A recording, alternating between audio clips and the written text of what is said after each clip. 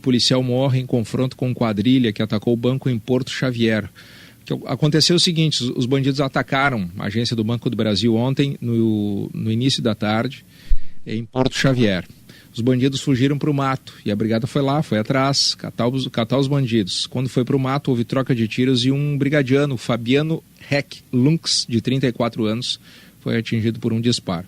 A brigada continua lá e lá naquela região ela é comandada pela subcomandante do 4º Batalhão de Polícia da área de fronteira da brigada, Major Vanessa Peripoli. Major, bom dia. Bom dia a todos os ouvintes. Só uma correção, eu estou aqui como oficial de elo de ligação e quanto à comunicação, né? Tá o certo. cerco, na verdade, está sendo a comando do nosso comandante do 4º Batalhão de Polícia de Área e Fronteira, Major Valtair Dornelles, mas a região é afastada do centro, não tem sinal de telefonia e nem internet. Tá. Então nós centralizamos e repassamos para cá. Então a senhora pode nos dar as informações mais atualizadas sobre esse cerco e o que aconteceu que o soldado acabou morrendo. Bom, ontem o cerco foi montado, ainda era durante a tarde, onde os bandidos haviam se escondido nesse matagal, e foi aguardada a tropa de apoio para poder fazer a incursão para a localização dos bandidos. Entretanto, escureceu e nós aguardávamos o amanhecer para realizar essa tarefa com segurança.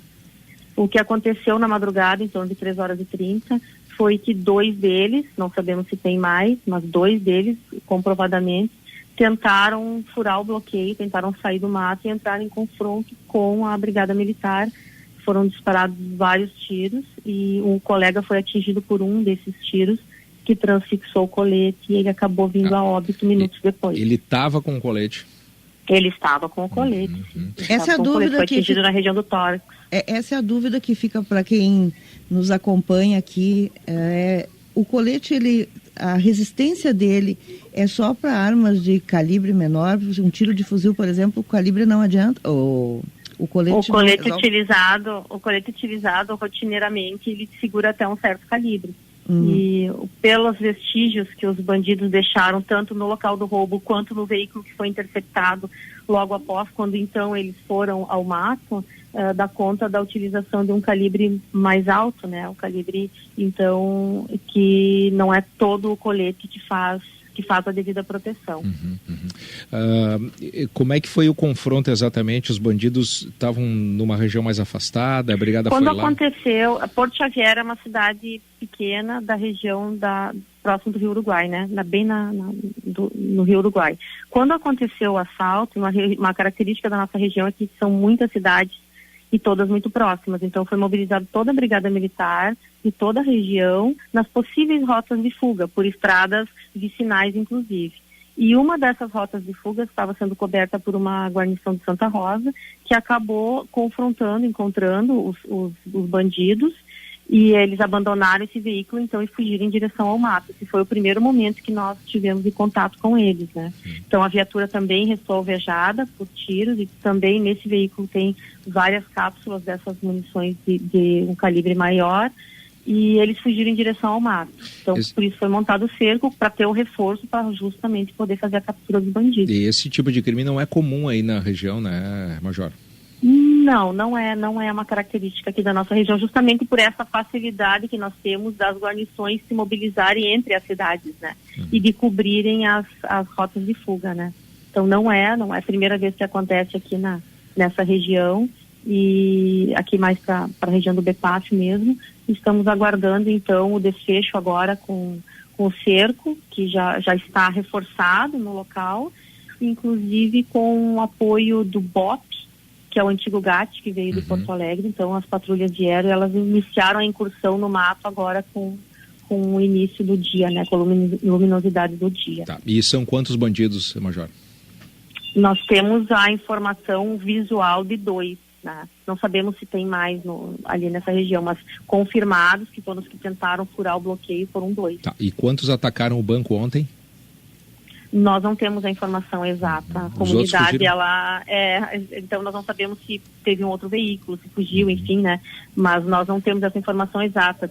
A comunidade informa 10, informa 5, enfim, né? Nós não temos ainda essa total total certeza desse número. Tá. A senhora poderia... Eu gostaria só de asseverar a importância que foi a comunidade aqui da região, desde o início do confronto, e informar para onde esses veículos estavam indo, né? E também a comunidade local aqui de Campina das Missões, e informar todas as situações anormais. Eles ligavam para a brigada, ligavam para as rádios locais, e isso foi muito importante porque nós podemos confirmar ou não várias situações, né? Perfeito. E porque nós temos o receio de haver um resgate, né, desses bandidos. Então todos os veículos estranhos que apareceram na cidade foram checados ontem à noite, né? Tá. Com a informação da comunidade, mobilização total aqui de Campina das Missões. A senhora poderia, para os ouvintes que não estão acompanhando toda essa história, porque ontem foi meio cinematográfico, né? Lá em Porto Xavier, sim. A senhora poderia resumir para os nossos ouvintes que não acompanharam a história como foi esse ataque? Eu não tenho detalhes específicos do ataque, né? Que é em outra região, né? Ou, na verdade, pertence a outra região da brigada, mas o que nós tivemos foi a característica de se proteger nos inocentes, nos civis, né? Para fazer esse assalto. Uma diferença que nós percebemos foi a quantidade de tiros disparados. Realmente a comunidade está bastante assustada com isso. Eles dispararam vários tiros, né?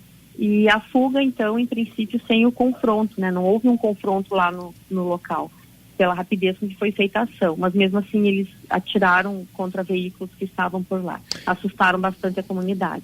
Agora eu quero lhe fazer uma pergunta mais específica, sim. Major. A senhora disse que contou muito com a ajuda da comunidade local que sim. fez o alerta sobre veículos estranhos.